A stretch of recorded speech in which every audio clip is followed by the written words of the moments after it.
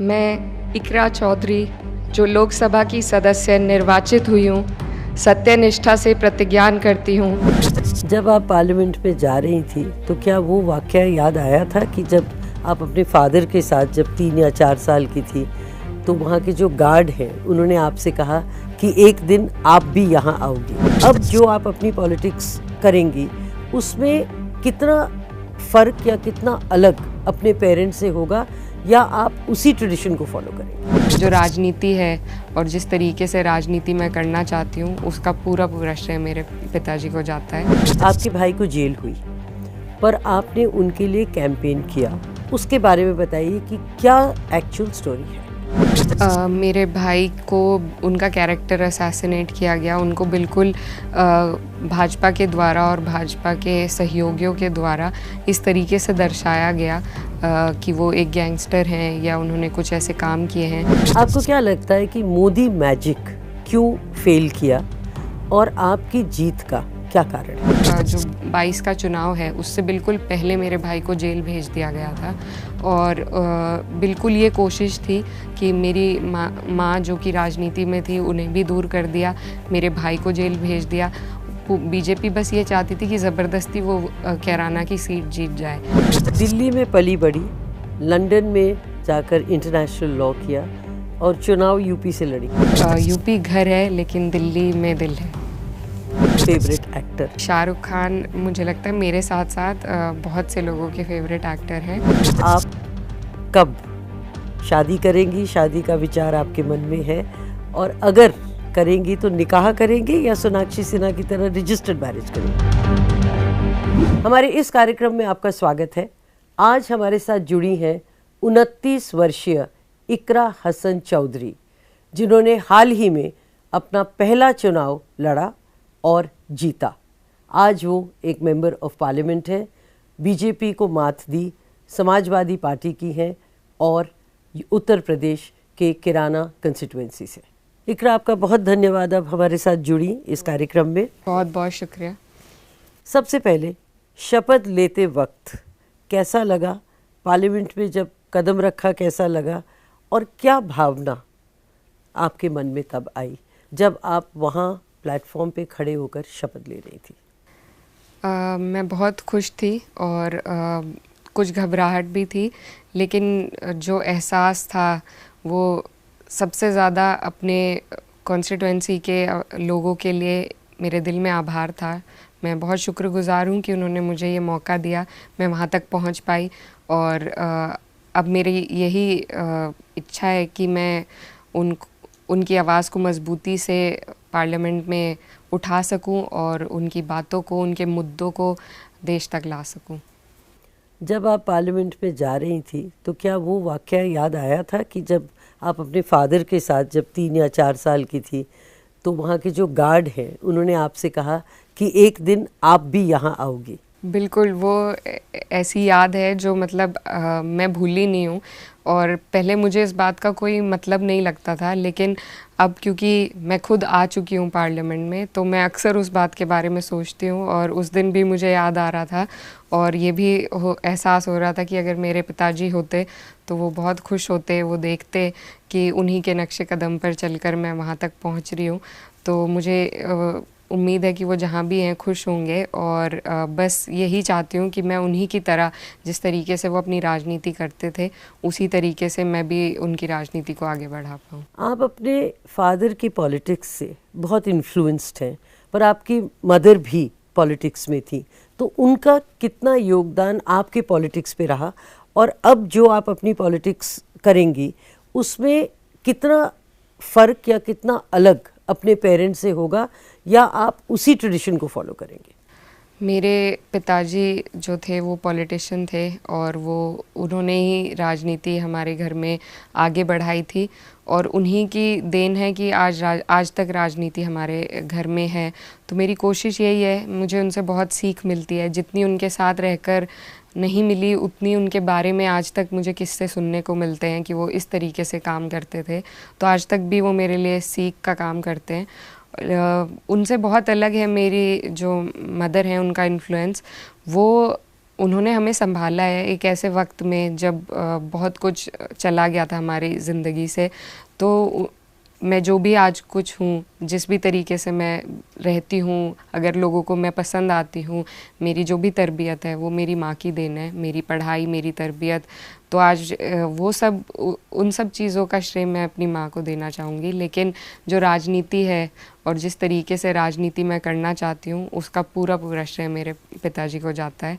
और उनके वक्त में और आज के वक्त में बहुत फ़र्क है। अब राजनीति बहुत बदल गई है।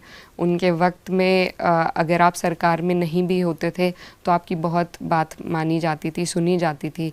लेकिन अब वो जो स्तर है वो घट गया है बहुत तरीके से। तो बहुत कुछ बदलाव आया है, लेकिन हम अब भी संघर्ष करेंगे और कोशिश करेंगे कि हम अपने लोगों की आवाज़ को दबने ना दें। आपके भाई को जेल हुई, पर आपने उनके लिए कैंपेन किया और आपने ये कहा कि जो स्टोरी है या जो कहा जा रहा है, स्टोरी उससे बहुत अलग है। उसके बारे में बताइए कि क्या एक्चुअल स्टोरी है।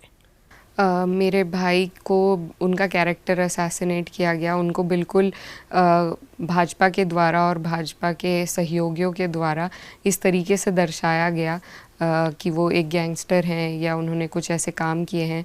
लेकिन वो 3 बार के विधायक हैं एक ही कॉन्स्टिट्यूंसी से। लगातार तीसरी बार चुने जाना, मुझे नहीं लगता लोग इतने पागल हैं कि वो किसी ऐसे व्यक्ति को बार बार चुनेंगे। तो उनके बारे में हमारे क्षेत्र के लोग बहुत अच्छी तरीके से जानते हैं किस तरीके से वो काम करते हैं, अपने लोगों के लिए किस तरीके से लड़ाई लड़ते हैं। उन पर कोई भी व्यक्तिगत केस नहीं है, उन पर सारे केस इसी प्रकार के हैं कि उन्होंने अपने लोगों की आवाज़ उठाई और उस आवाज़ उठाने में प्रशासन के द्वारा उन पर केस हुआ। तो ऐसा नहीं है कि कोई अपने पर्सनल उन्होंने फ़ायदे के लिए उन पर मुकदमे लगे हों। तो वो बहुत दिल से राजनीति करते हैं, अपने लोगों के लिए लड़ते हैं और ये बात वहाँ के लोग अच्छी तरह समझते हैं, तभी उन्हें तीसरी बार बनाया है। तो इसीलिए मैंने कहा कि कहानी बहुत अलग है। और जिस दौरान जो 22 का चुनाव है उससे बिल्कुल पहले मेरे भाई को जेल भेज दिया गया था और बिल्कुल ये कोशिश थी कि मेरी माँ जो कि राजनीति में थी उन्हें भी दूर कर दिया, मेरे भाई को जेल भेज दिया। बीजेपी बस ये चाहती थी कि ज़बरदस्ती वो कैराना की सीट जीत जाए। लेकिन इतना होने के बावजूद भी वहाँ के लोगों ने मेरे भाई को जेल में बैठे बैठे जिताया। तो ये लोगों का प्यार है और वो जानते हैं किस तरीके से मेरे भाई काम करते हैं और किस तरीके के वो व्यक्ति हैं। और उन्होंने बहुत करारा जवाब भाजपा को दिया है। 30,000 के करीब वोटों से मेरे भाई विधानसभा चुनाव जीते थे। तो मुझे लगता है वो तमाचा जनता ने खुद दे दिया है बीजेपी को। दिल्ली में पली बड़ी, लंदन में जाकर इंटरनेशनल लॉ किया और चुनाव यूपी से लड़ी।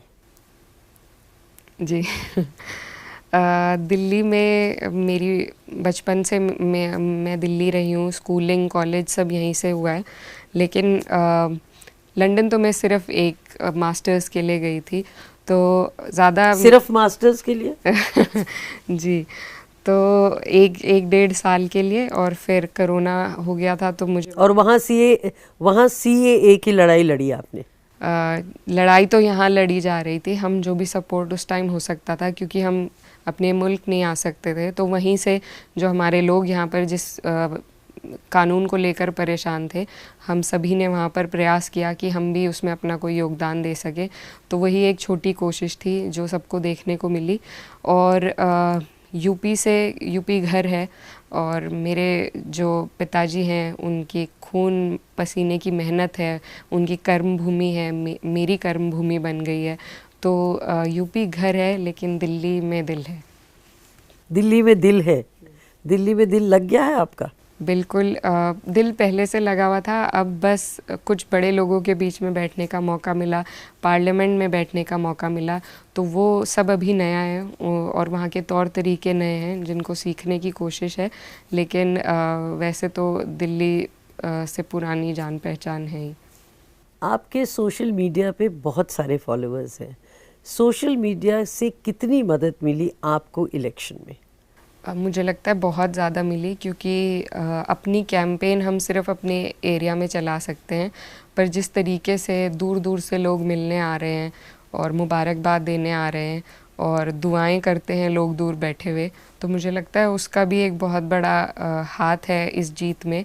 तो मैं सभी का शुक्रिया अदा करना चाहती हूँ जिन्होंने भी मेरा किसी भी तरीके से सपोर्ट किया है, और बस यही मेरी कोशिश है कि मैं उन सब की उम्मीदें जितनी भी हैं उन पर खरी उतर सकूँ और सबकी आवाज़ बन सकूँ। आपको क्या लगता है कि मोदी मैजिक क्यों फेल किया और आपकी जीत का क्या कारण है? मोदी मैजिक इसलिए फ़ेल किया क्योंकि वो अब सिर्फ हवा में रह गए थे, हवा में ऑपरेट कर रही थी बीजेपी। उनका ना तो लोगों से कोई जुड़ाव रहा था, ना लोगों के धरातल के मुद्दों से कोई जुड़ाव रहा था।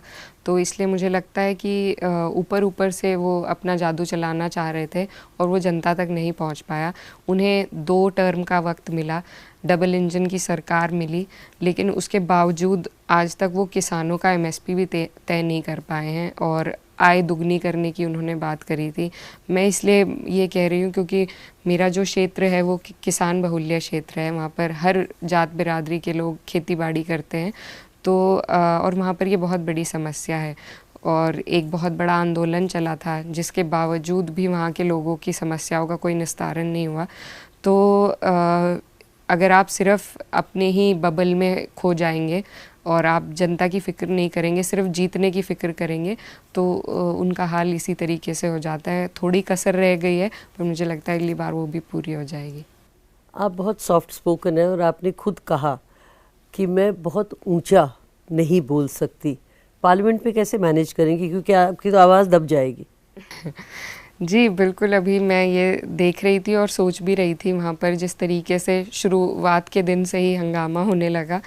तो लेकिन मेरी आवाज़ ज़रूर कम है, लेकिन मेरी हिम्मत कम नहीं है, और मैंने बहुत विपरीत परिस्थितियों में काम किया है। तो मुझे लगता है कि मेरी हिम्मत इतनी जल्दी नहीं टूटेगी। थोड़ा वक्त लगेगा शायद वहाँ के तौर तरीके सीखने में, लेकिन मुझे ये जो मौका मिला है उसको मैं गंवाना नहीं चाहती। तो मेरी पूरी कोशिश रहेगी कि जिस भी तरीके से हो मैं लोगों की आवाज़ उठाऊँ, वहाँ पर उनके मुद्दे उठा सकूँ, और ज़रूरी नहीं है चिल्ला कर ही अपनी बात दूसरे तक पहुँचाई जाए। मुझे लगता है कि बहुत तरीके से भी आप अपनी बात पहुँचा सकते हैं। ऐसी बहुत सी महिलाएं हैं वहाँ पर जो बोलती हैं जब, तो सब सुनते हैं। तो अगर मुझे ऐसा मौका मिला कि इस तरीके से मैं बोल पाऊँ, तो मैं अपने लोगों के लिए वो करना चाहूँगी। So before I let you go, 2 personal सवाल। शाहरुख खान फेवरेट एक्टर, पहले उसका जवाब दीजिए, फिर मैं दूसरा प्रश्न पूछूंगी। जी, शाहरुख खान मुझे लगता है मेरे साथ साथ बहुत से लोगों के फेवरेट एक्टर हैं, और उन्होंने जिस तरीके से मुझे हमेशा आजकल जैसी पिक्चरें बन रही हैं पेट्रियटिज़म को लेकर, तो मुझे नहीं लगता शाहरुख खान से अच्छा कोई काम उस फील्ड में कर सकता है। और जब भी मैं बाहर भी रही हूँ, तो जब भी हिंदुस्तान का नाम लिया जाता है उसके साथ में शाहरुख खान का नाम ज़रूर आता है, खासकर विदेश में आप कहीं भी चले जाएं। तो मैंने बचपन से उन्हें देखा है, पसंद हैं, और न सिर्फ देखने में बल्कि मुझे लगता है वो बहुत अच्छा संवाद भी करते हैं, और उन्हें देखकर हमेशा सीखने को मिलता है। उनके इंटरव्यूज़ हों, चाहे उनके व्यूज़ हों, और मूवीज़ तो सभी को पसंद हैं। तो हमेशा से वही मेरे favourite actor. So no one like Shahrukh Khan? No one like Shahrukh Khan, and no one ever will be? I don't think so. Let me tread personal ground, and I wouldn't like to, but the viewers will kill me if I don't. Men in your life, and आप कब शादी करेंगी? शादी का विचार आपके मन में है, और अगर करेंगी तो निकाह करेंगी या सोनाक्षी सिन्हा की तरह रजिस्टर्ड मैरिज करेंगी? अभी क्योंकि काम में से टाइम कम मिल रहा है, फुर्सत कम मिल रही है, तो इन चीज़ों के बारे में अभी उतना विचार नहीं किया है। लेकिन जब भी होगा, जैसे भी होगा, तो सबके सामने होगा, सबको बताया जाएगा। अभी फ़िलहाल कोई ऐसा इरादा नहीं है, कोई ऐसी तैयारी नहीं है। अभी मैं बस सीखना चाहती हूँ कि ये जो मुझे नया रास्ता मिला है, नया ओहदा मिला है, इसमें कैसे मुझे काम करना है। और जब भी पर्सनल लाइफ में कोई भी नई चीज़ आएगी तो सबको बताया जाएगा। और निकाह या रजिस्टर्ड मैरिज के बारे में भी मैंने सोचा नहीं है, पर अगर मौका मिला तो दोनों भी कर सकते हैं। So no man in your life at the moment? जी नहीं। Iqra Hasan, thank you very much. आपका बहुत बहुत धन्यवाद हमारे साथ जुड़ने के लिए। Thank you so much.